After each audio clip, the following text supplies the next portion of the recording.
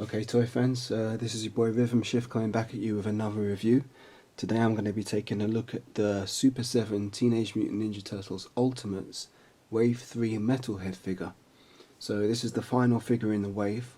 I previously reviewed Michelangelo, April and Rocksteady. So now I'm going to be taking a look at this Metalhead figure.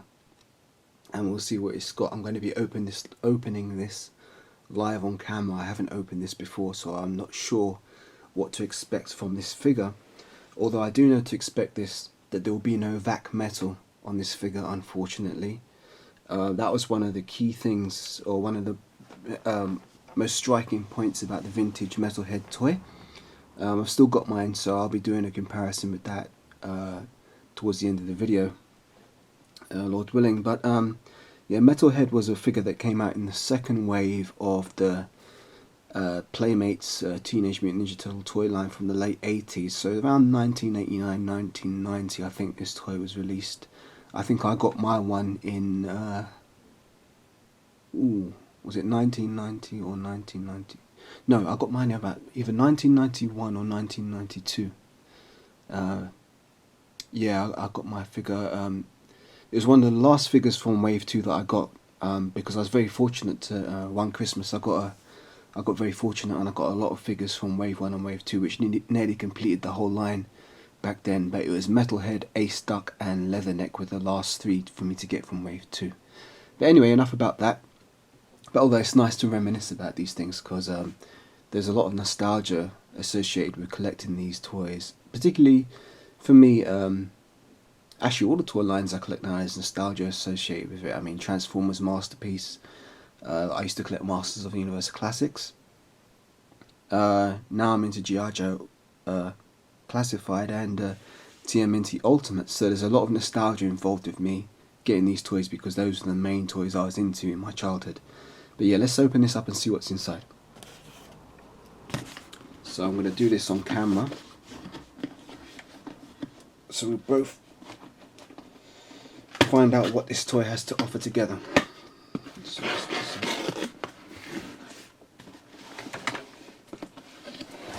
Right, so outside of the brown shipping box, pretty standard affair, we get this green outer packaging, which is typical for this line. You basically get the heroes in the green and the villains are in the purple, which again harkens back to the old vintage toy line.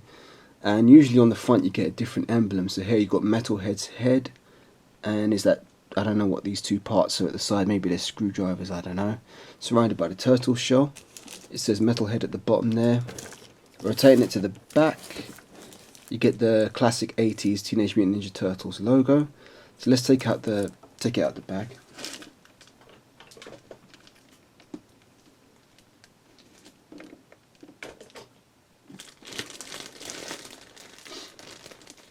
So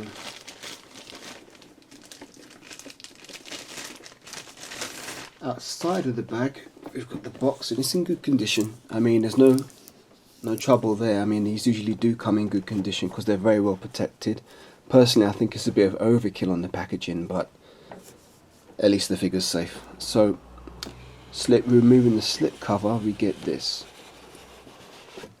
Well, now isn't that cool? Yeah, that's cool. And that does already look a lot like the vintage toy that I remember. Very much so. So we can see it comes with an extra head, the backpack, the radar, the interchangeable nunchuck part, what looks like a couple of grenades, an extendable finger, extra fists. So yeah, he looks pretty cool in the box, although I do see one problem. His feet don't seem to be sitting flat. They're both tilted. Can you see that? They're both tilted, so I hope that's not going to be a problem in terms of standing them up. If it is, I'm going to be pissed. But rotating towards the back, we get a little bio, and again, I might start doing some bio videos because I'd like to do them properly, because these bios are just snippets of what you used to get on the vintage packaging. It's not the full bio, but I'll read what's here anyway. It says Metalhead, the original party robot, designed as Krang's ultimate weapon against the Turtles. Metalhead was reprogrammed by Donatello to serve the side of good. This chrome-plated sewer servant's eyes light up when you hold him up to the light. Yep, just like the vintage toy, light-piped. Always the life of the party, Metalhead can whip up a whipped cream and jelly bean pizza, serve sodas, display video games, or rock the sewer with tunes from his jazzed up jukebox. When trouble's brewing, Metalhead becomes one annoyed android and dishes out trouble with his Robo-Chucks and Foot Blaster. Okay, so he's got Robo-Chucks, that's what they're called. Well, you can call them Robo-Chucks, but I'd call them the part that broke my toy.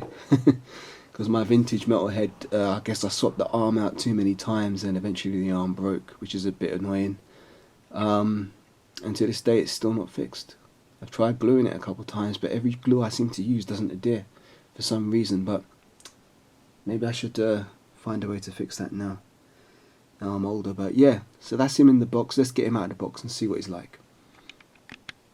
Now before I do, I just noticed one other thing. His belt doesn't seem to be sitting straight. Again, I hope this isn't going to be a major problem, but you see the belt is sitting at an angle there, it's tilted. But once we get him out of the box, we'll see if that's a problem, and also if these feet are going to be a problem. I hope not, but we'll soon find out. Okay, so here we have our boy Metalhead out of the box, out of the packaging, and I have to say first impressions of this figure are very good. I mean, it is very, very reminiscent of the vintage Metalhead that I had as a child growing up, and he's got a great feel to him. I mean, in hand, as I've always said, you know, the tactile sensation of actually feeling a toy, a reproduction of a toy that I had as a child, is very, very powerful. I mean, in my hand it really does feel like the Metalhead that I played with growing up. I mean, I'm very, very happy with the sculpting. It doesn't have the vac metal shell, but I think this is a fair compromise in the sense that this gold is quite reminiscent of the colour of the vintage toy.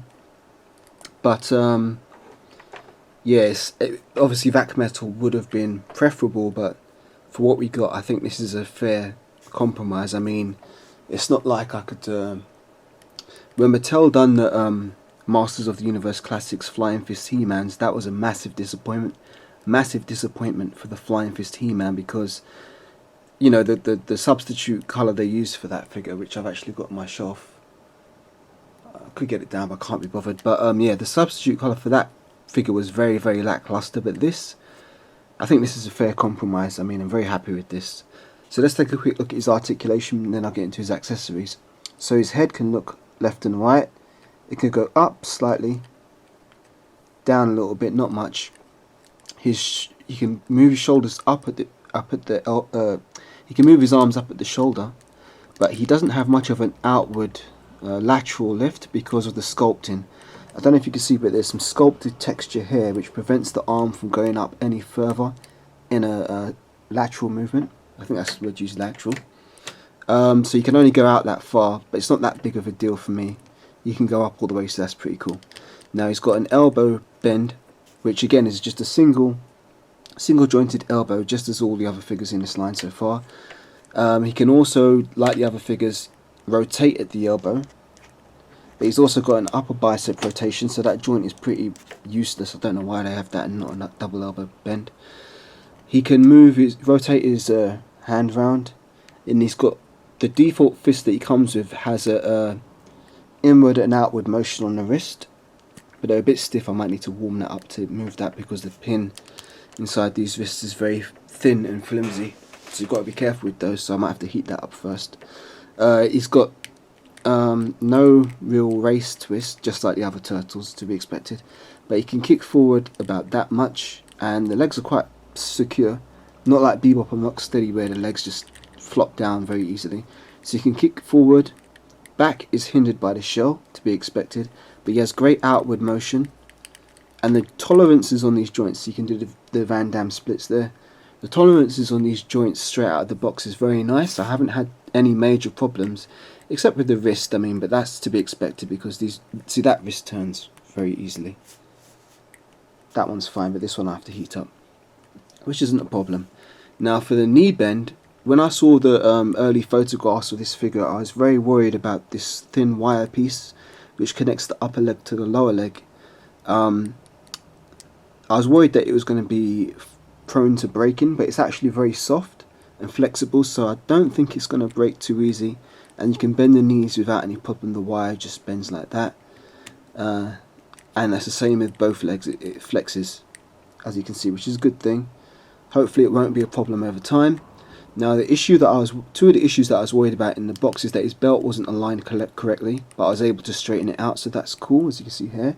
The other one was the feet. In the box, the feet were kind of positioned like that, but thankfully, unlike April, you can actually have some ankle pivot, as well as an ankle rocker, I suppose you call it, as well as up and down motion on the ankles, which is something that April, who I reviewed recently, was severely lacking. So all in all, that means that he can stand very well because his feet can be flush to the ground, as you saw before. He stands very, very well. Just put him there. No problems whatsoever. Unlike April, for the reasons I mentioned in the video, her feet were kind of bent, and I still haven't corrected that yet. Maybe with some hot water and moving it a bit, then quickly running it under cold water to secure it in the new position, that might work.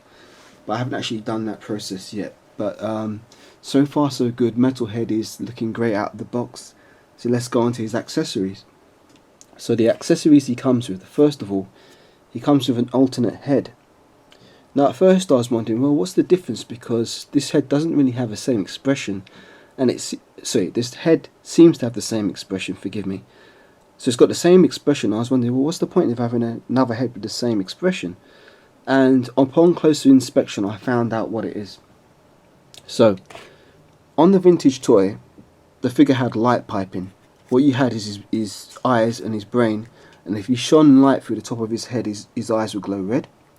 Now this head has that same feature with the light piping. However, it is very, you've really got to shine the light very close to his head to get the eyes to light up, you know.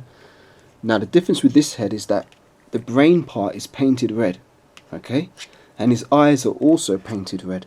So they both look very similar, but this is trying to, if you don't want to do the light piping and you want to have his eyes red, you can use this head. But if you want the light piping, go for this head. But to be honest, it really doesn't make much of a difference unless you've got the light really close to this head. So let me see if I can get a light to shine through this head to get his eyes to light up. I might have to use my phone. Let's see.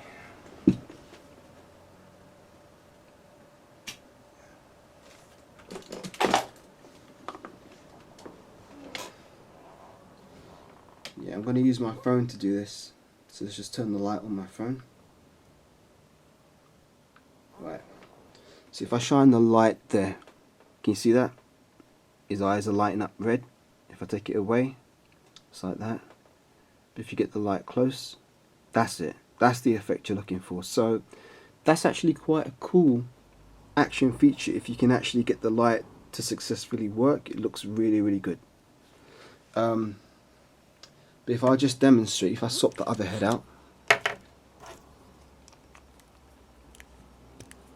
if we try it again, as you can see, because the brain part is painted, there's not going to be any light piping. So for that reason alone, I think I'm going to be going with the light piped head. So let's put that one in there, and that will be my Metalhead, just like the vintage toy. So what else does he come with? Let's have a look. He also comes with, well, let's start with his hands. You have two clenched punching fists here. You can see those. You get two slightly opened posing hands, just like the other turtles. He also comes with one other hand, which is this one with the extendable finger, like that, which I actually don't really recognize this, because I think I'd stopped watching the Teenage Mutant Ninja Turtles cartoon by the time Metalhead came in. Actually, I think I might have seen the Metalhead episode. But it was towards the end of my interest in the cartoon, and I was more interested in the toys, and I wasn't really watching the show too much. But he's got this, which didn't come with the vintage toy, but it is what it is. He also comes with 2 small grenades. Now I'm not sure if these grenades are the same that came with Rocksteady, but they're quite small. Let's see if he can hold them in his hand without dropping it. Yeah, I think he can actually. Yeah, he can hold these grenades quite well. So he can hold the grenade in his hand. Let's do something cool. Let's get that hand there. This hand here.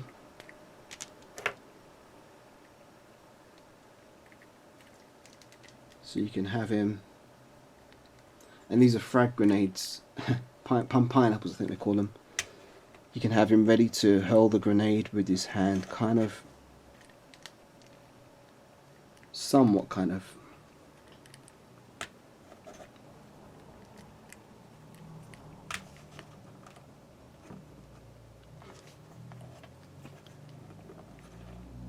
A little bit difficult to get this pose. Oh, I just realised he doesn't have an upper. That's a problem. No articulation in the lower part of his leg, so you can't really twist his leg to stand him at the angle I was putting him. You have to put him like that, which isn't too much of a problem. But yeah, you can get him ready to hurl a grenade at someone there, which is pretty cool. And he comes with 2 of those, just like on his belt. So it's nice that they've taken a little detail from the belt and actually turned it into an actual accessory. Now what I'm wondering is if you can actually clip these to the belt. Let's try it. See if this will fit on. I think it will, but just let me do this off camera. The belt seems to be a little bit thick, so I'm not sure if it will actually fit without me heating the grenade up.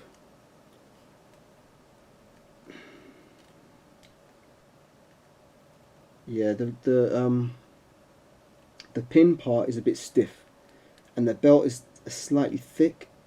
So I think in order to put these grenades onto the belt, actually I've got it, there it is. And it holds very securely actually. So there's the grenade on his belt, and that is very, very secure. That's not going anywhere. It was a bit of a pain because the pin itself is made of some hard plastic, but it does actually hold onto the belt. Although what I will say is that if you're going to be playing with and posing this toy, you might want to take these grenades off, because you don't want one of these grenades to fall on the carpet and you lose it or something like that. So be aware that that is a possibility, but generally speaking it is on there quite firm if you want to go with that type of display option. So I suppose you should try the finger hand with the whip, just to see how that looks. That's okay. I don't know, not something I'm really too attached to, because Metalhead never had this in the vintage toy, so I don't know if I'd actually be into this. It's not something I'm really into, I guess, but it's okay for those who want it. Now the next accessory is much more important to me, because this is what came with the vintage toy. Here's nunchucks. So what you've got here is you can take his hand out of the wrist, as you know, as I've just shown you. But what you have here is stand up, yeah.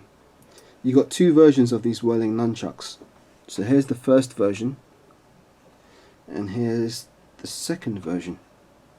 Now the difference between these 2 is the connector port. So if you take a look here, the one on the left has the thick port, and the one on the left has a thin port. Now the thin port is the one that goes into his wrist, and the thick port is the one that goes into his backpack. So let's do the wrist first. So just like the vintage toy, you can put his nunchucks in, mechanical nunchucks, whatever they're called. Forgive me, I don't remember off the top of my head. And that looks like the vintage toy. Yeah, and you can rotate these around. However, I will say this. The plastic on these seems to be very thin and very brittle. So I'd be very careful with this part here. But you get the look of the vintage toy, you know, the nunchuck hand, the mechanical nunchuck hand. Pretty cool.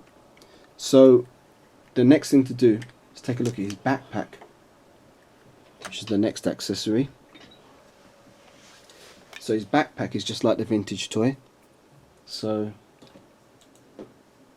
here there you go. Here you have it. The backpack, it looks just like the vintage. You've got sculpted detail on the back, and also sculpted details on the inside. Yeah, which is nice. So this pretty much just let me give him his hand back. Yeah. This pretty much you've got a port on Metalhead's back here, so that plugs in like this, and you've got 2 ports on the front just like the vintage toy, and those just easily tab in.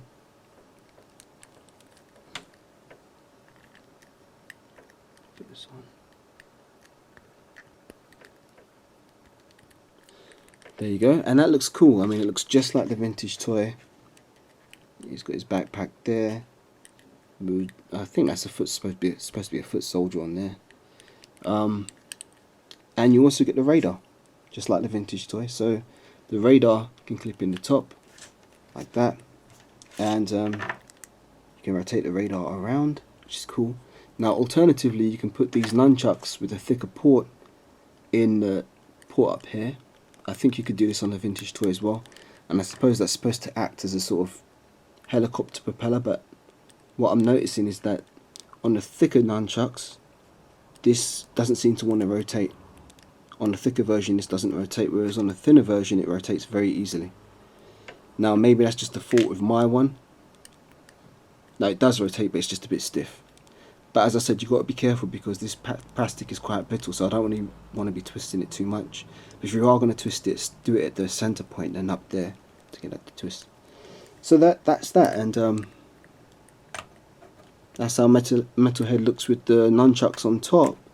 But I don't really like that. I prefer the radar. Makes more sense. And then you put the nunchucks on his wrists if you want to change those out for a weapon. So that's a look at Metalhead and his main accessories. He also comes with one more thing, which is the sprue tree, which I'm really not going to be using much. I suppose this is good if you lose one of his weapons, perhaps. But for me, I'll be sticking with just using the ones that I've got, and I usually just keep these sprues in the box for an emergency if ever I need it. But what I do notice is that he only comes with one set of the mechanical nunchucks, and that's a thick port version. The thin port version, you only get one, so you don't want to lose that. Okay, so that's that. Okay, so now we've taken a good look at Metalhead. Let's do some comparisons. So first of all, let's compare him with some other Ninja Turtles. So here's the other 3 that have been released so far. We've got Leonardo, Raphael. Where can I put Raphael? Yeah. So that's how he scales size-wise in comparison to the other turtles. And I forgot, I always should do this. Do the tail of the tape.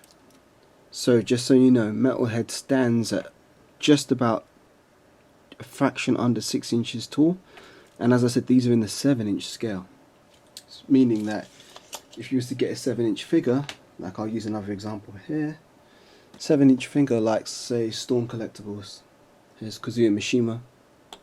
As you can see, this is how a human should be height wise comparatively to the Ninja Turtles. So there he is with Leo and Raphael. Let's put Michelangelo in the mix, because he's another figure that just came out with this wave 3 of the Ultimates. So you can see what you're getting if you've ordered this wave.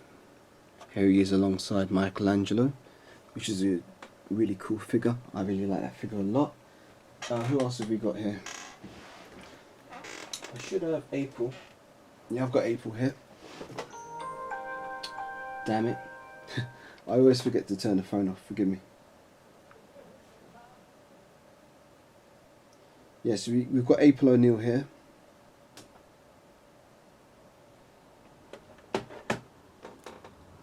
Let's move Leonardo. Put April in the mix there, so that's April, who has a hard time standing due to the issues with her feet. But she's standing up there, so let's get a few villains in now. So who do we have? We've got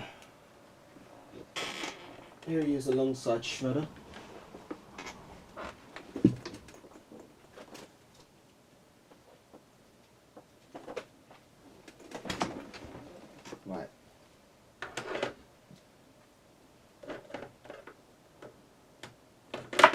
So here he is with the shredder. Let's get Shredder standing straight up so you can see how tall he is.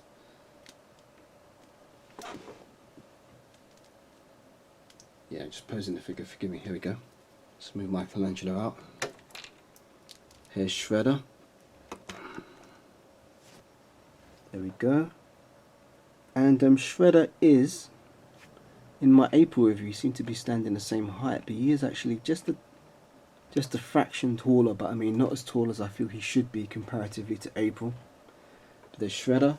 Let's get a foot soldier in there. So I think Shredder should be really more the height of the foot soldier, because the foot soldier is actually significantly taller. I think that would be a better size contrast between April and Shredder.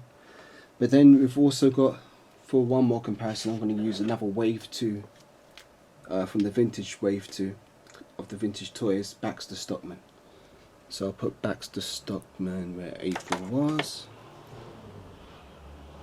And I'm going to have to move the foot soldier out because Baxter's quite big. So just put Baxter here. And there's Metalhead. There you go. So that's a pretty good size comparison, and those are two, I suppose, these are two of the vintage Wave 2 action figures, which was a really cool wave, which I had back as a child.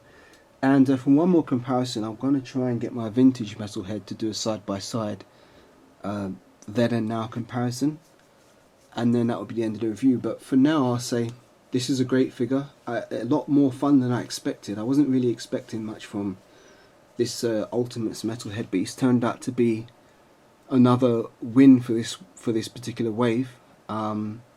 Is he worth getting?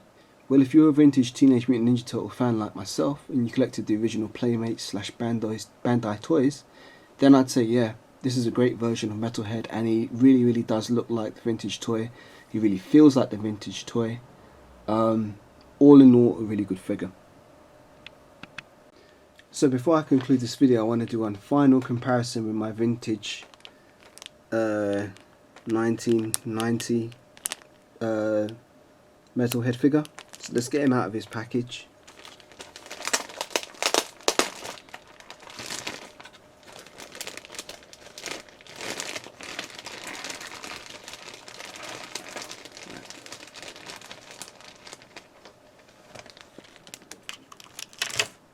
So out of the package, we see there's a lot of similarities. One of the problems with my vintage Metalhead though is that after taking his arm in and out so many times, it actually broke at the pin. Now I tried to use various types of glue to stick this back in place over the years, but nothing adheres for some reason. So what I'm thinking of doing is I might actually take my Dremel, drill a hole there, and be able to port this back in, and maybe get a screw, cut it in half, drill it in, so I could actually screw his wrist back in like that. That's a customization that I should probably do. I just haven't got round to doing it for some time. But as you can see, he's very similar, very reminiscent to the Ultimates Metalhead. See, the head shape's the same. Now you can see that the body on my vintage one, which is still that metal, you know, there's only a slight bit of chrome wear there, or metal wear there. It's not chrome wear. But for the most part, it's in excellent condition. So that metal is a real, if you take care of it, man, it looks really cool. His belt on the vintage toy is removable, which wasn't, or which isn't removable on the new one, or any of the Turtles for that matter. You got his backpack. Again, same sculpted details on the inside. On the back, same image. You can see some pizza boxes there. It's really the same. So if we clip his backpack in to the vintage toy, like so.